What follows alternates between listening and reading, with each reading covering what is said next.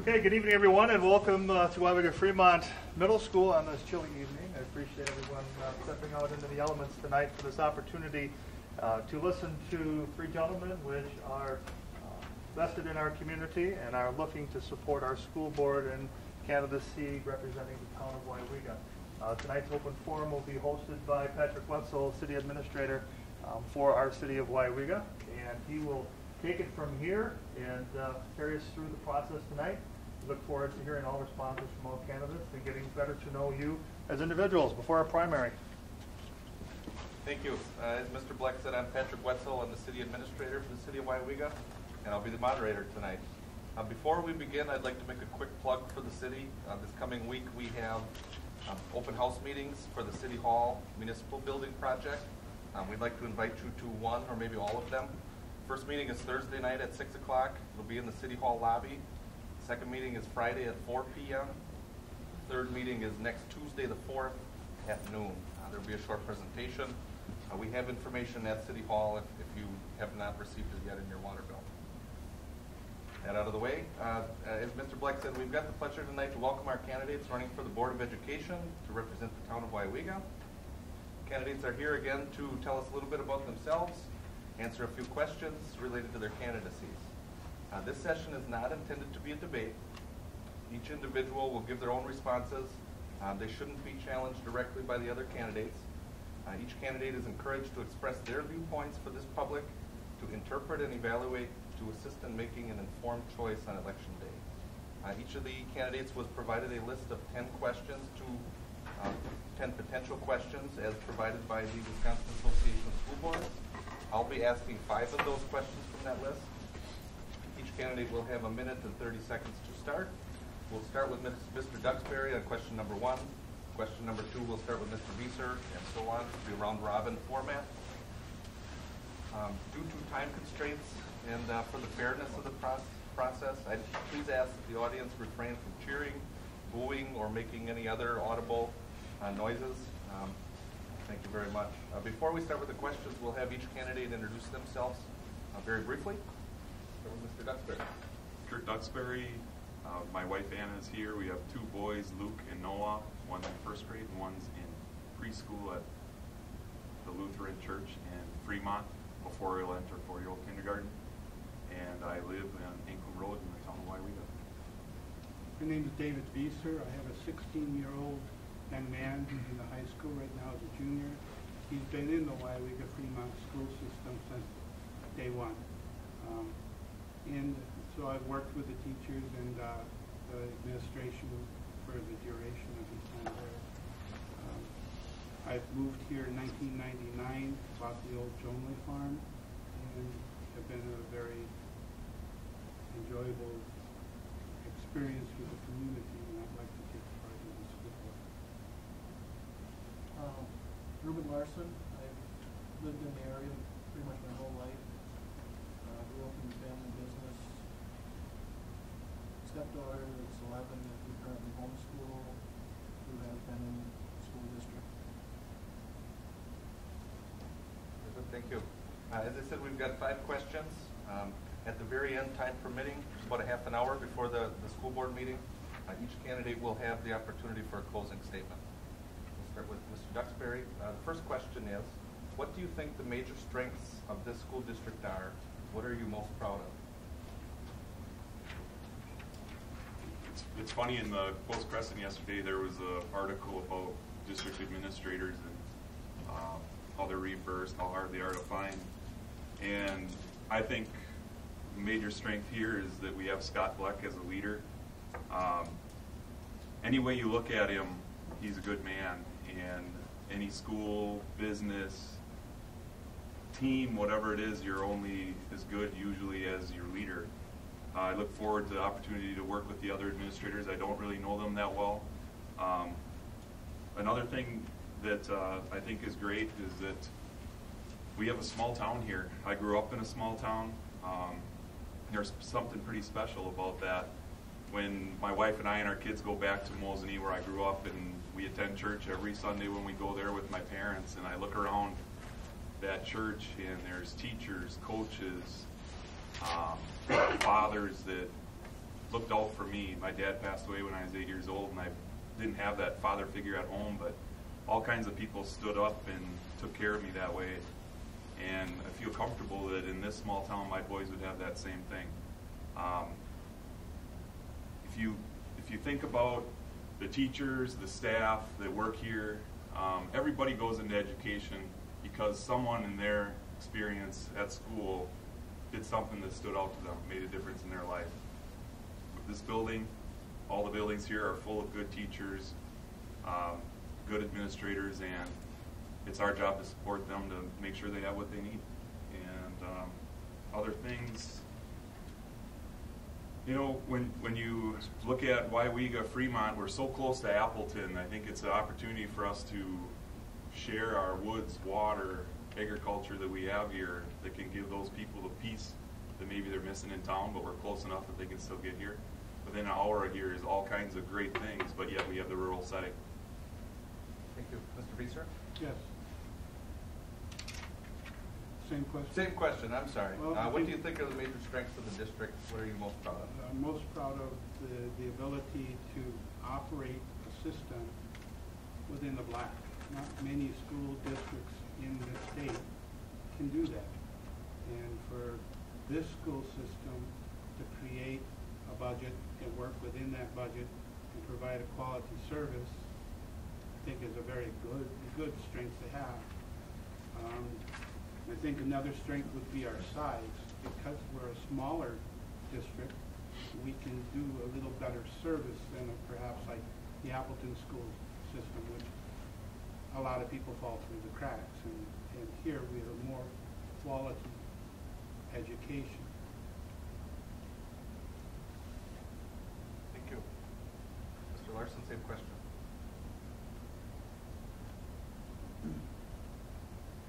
The school district does have the disadvantage of not having any debt, and that's the expense of otherwise paying interest on that debt can be put into education. The other thing is, there hasn't been any defaults on the other post-employment benefits or anything like that. There hasn't been any layoffs of teachers like other school districts and municipalities have to do.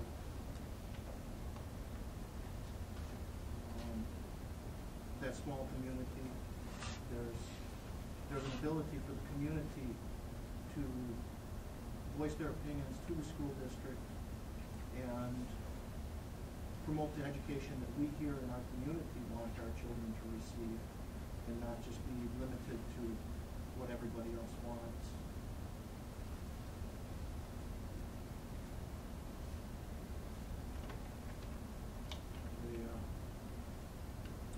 We can have a compromise between the with that lack of debt, that we can provide a better education for our children here, while at the same time having a lower tax base than many other areas. So we can have our cake and eat it too. Thank you. Second question, we'll start with Mr. Veeser.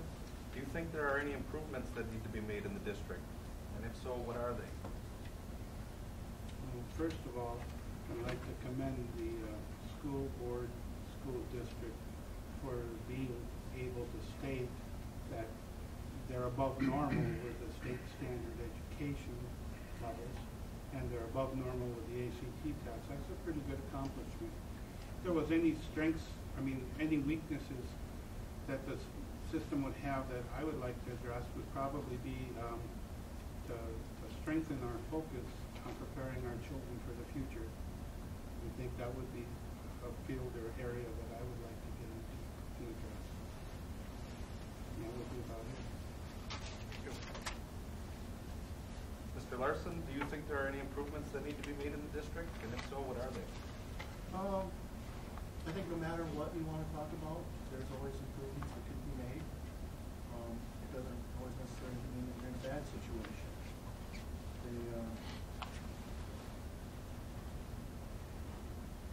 There's probably ways that we could use technology more in the school, and even the technology that we currently have put to better use.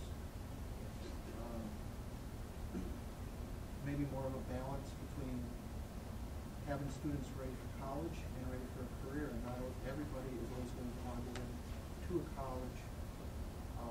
And those who do go on to college need to be ready for some sort of career that they might be working part-time during their college experience.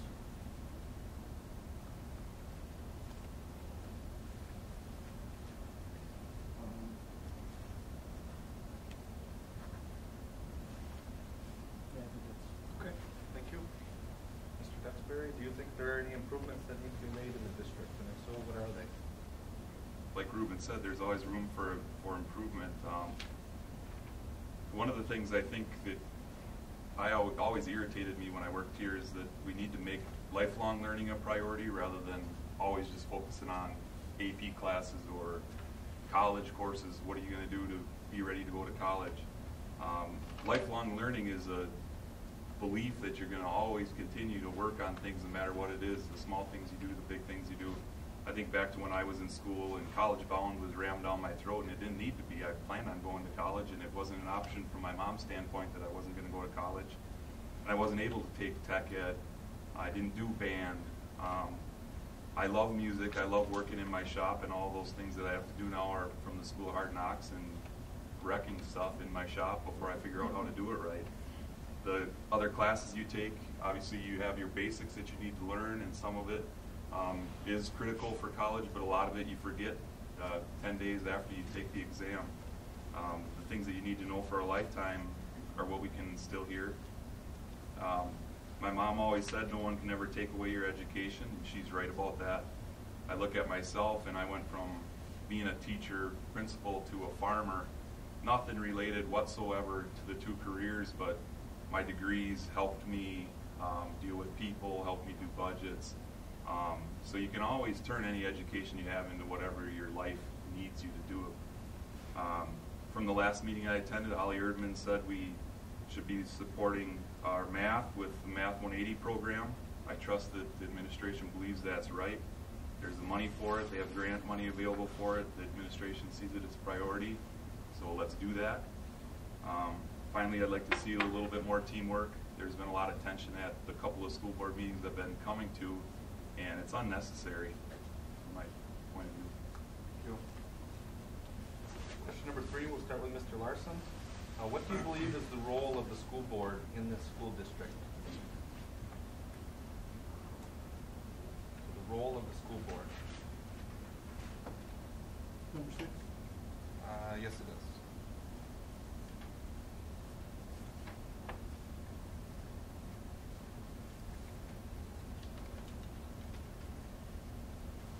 Well, the members of the school board first have the responsibility to attend the school board meetings.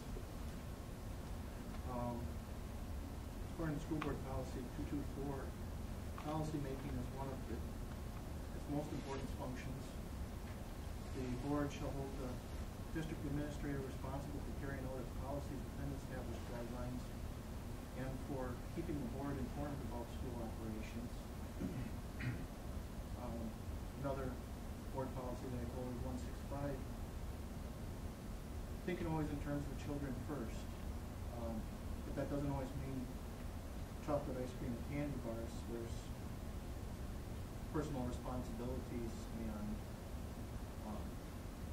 things that we need to teach our children as well. You know, it's not always that they get what they want, but to understand that sometimes there are sacrifices that have to be made and to deal with the best that you have, and of course to hopefully have the best situation that can be achieved.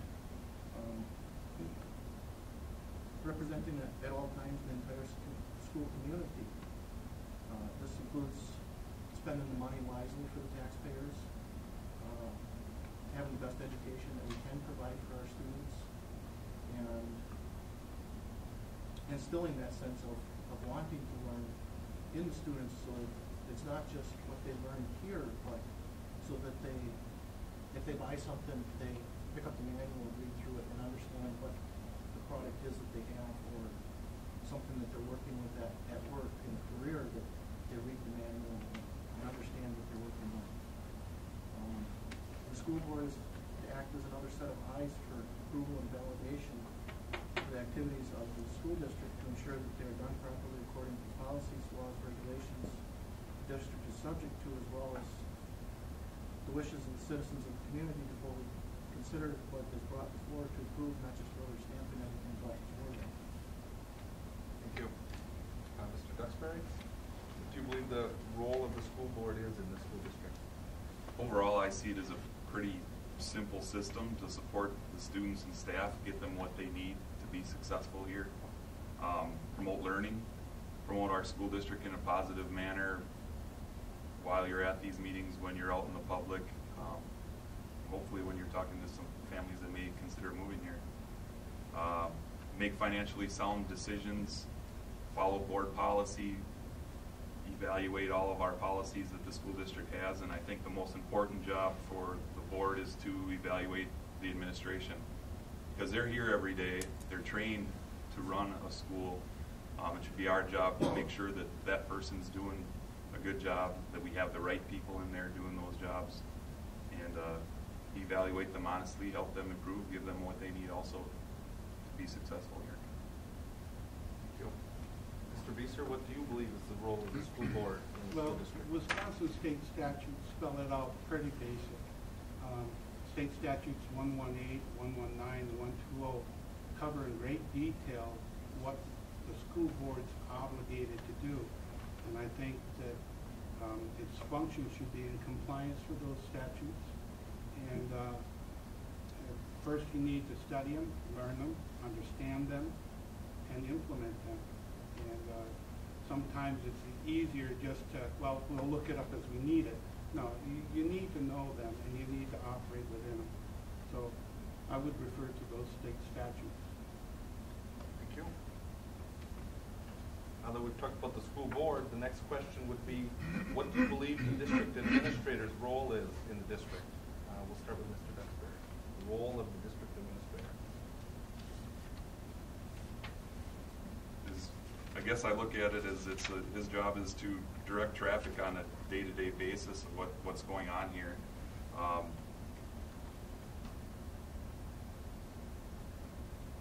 Our kids need to feel safe at school, number one, because if they don't feel safe, then they're not going to be comfortable enough to learn. So if we can create a safe learning environment, provide staff with what they need to do their job on a day-to-day basis, everything else should really take care of itself. Because the staff are trained to do their job, their area of expertise, and I think our kids are in good hands that way. The district administrator should just be a positive role model to students and staff in a fair, consistent, and approachable manner. And like I said before about our strengths, we have that person right now. I think it's important that we take good care of him and give him what he needs to be successful. Thank you. Mr. Veeser, what do you believe is the role of the school district administrator? Wisconsin State Statute 118.25 spells it out pretty specifically. What it states in that section is that although not required, it's up to the school board to decide whether or not it's needed. And the school administrator is to serve at the pleasure of the school board. So what they would be doing is implementing the decisions made as a team with the school board members and administration. And he would see to it that that decision was carried out. Thank you. Mr. Larsen, what do you believe is the role of the school district administrator? He should ensure the implementation of school board policies for the best interest of the students and of the district.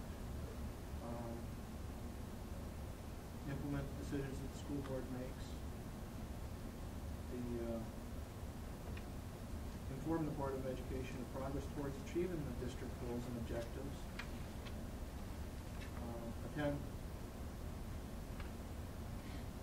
Prepare the agenda for the meetings of the school district, and bring some organization to what the business that will come forward at the school board meetings.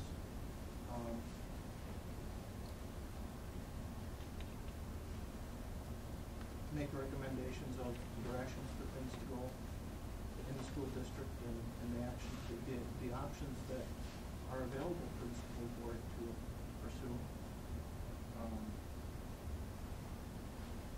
identify problems and needs of the district.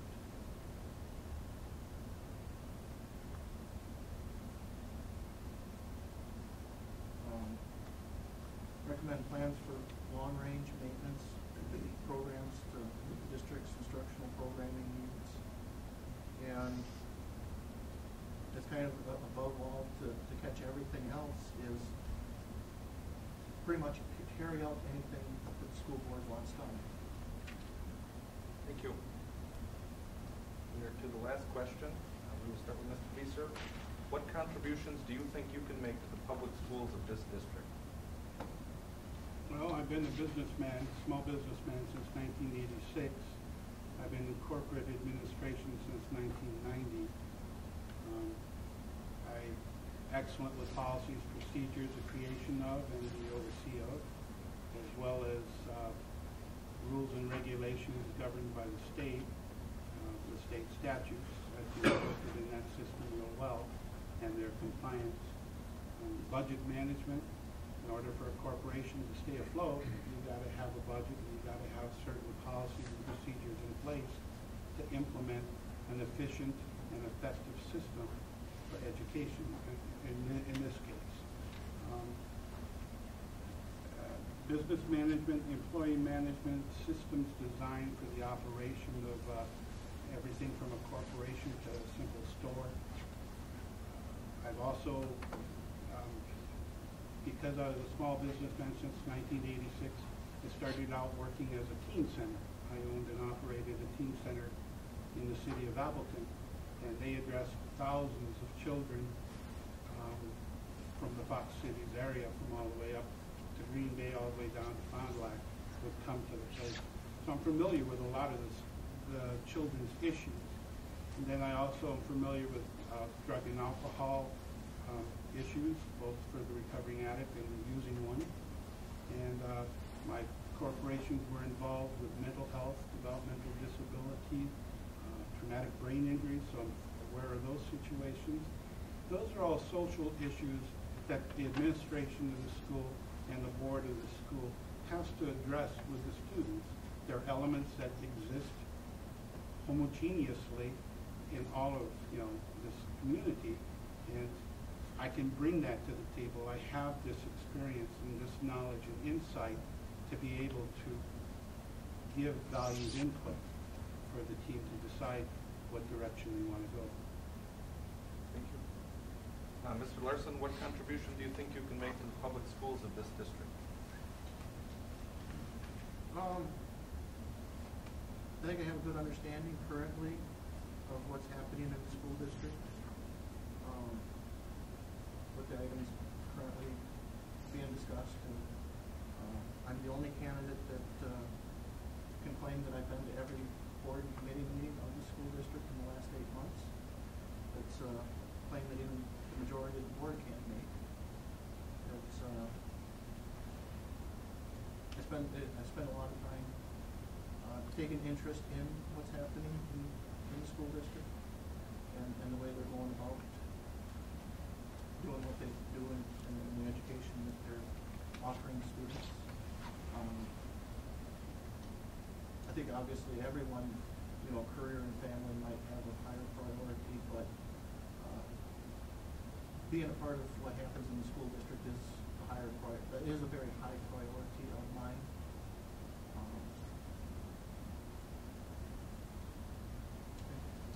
Thank you. Mr. Duxbury, what contributions do you think you can make to the public schools of this district? I think I bring a pretty unique skill set, being that I was a teacher here, athletic director here, coach here, principal here, both in middle school and high school, and even during college when I was in Mosinee, I was on the custodial staff in the summer. So I've done about everything you can do in a school except for cook food and drive bus. Being a business owner now, I've really sharpened my budgeting skills. Margins out in the small business world are tight. Farming's no different than that. It's a moving target constantly, and we've been able to control that and stay in business. I feel comfortable with budgets, with curriculum, and most importantly with kids. After my dad passed away, my mom ran a daycare center. My whole life, our house was always full of other people's kids, and she's still doing it today, 30 years later, not because she needs the money, but because she loves it. So I love kids. I know what it looks like when you love kids and how you take care of kids. Finally, I think I just have a lot of common sense. I'm a good decision maker. I'm a good judge of character. I make decisions with confidence and go with it. And you make adjustments as you go if it isn't the right decision in the first place. But I don't stew over things very long before I take action. And finally, I think with my 2 little kids coming through, a whole pile of nieces and nephews that live in town, and our employees, students kids going to school here, I care for them, and I want them to have greatness here. That'll be the end of the scripted questions. We'll start with Mr. Larsen. Each of you will have about 1.5 minutes for a closing statement. I think I presented a unique set of skills that to offer, in that I was self-educated, and as I'd mentioned before, it's instilling that desire in someone to read the manual when they buy something, read the board policy books when you become a school board member, and always to continue learning, and with whatever you're doing, to get best at it and keep improving those skills that are relative to what you're currently doing in life. People that are 60 years old obviously had no idea that they would be doing what they're doing at that time when they were back in school. So it's not so much about educating what's specifically needed at that time, but to be able to find that knowledge when they would need it. Being a private business owner, there's significant diversification of skills, and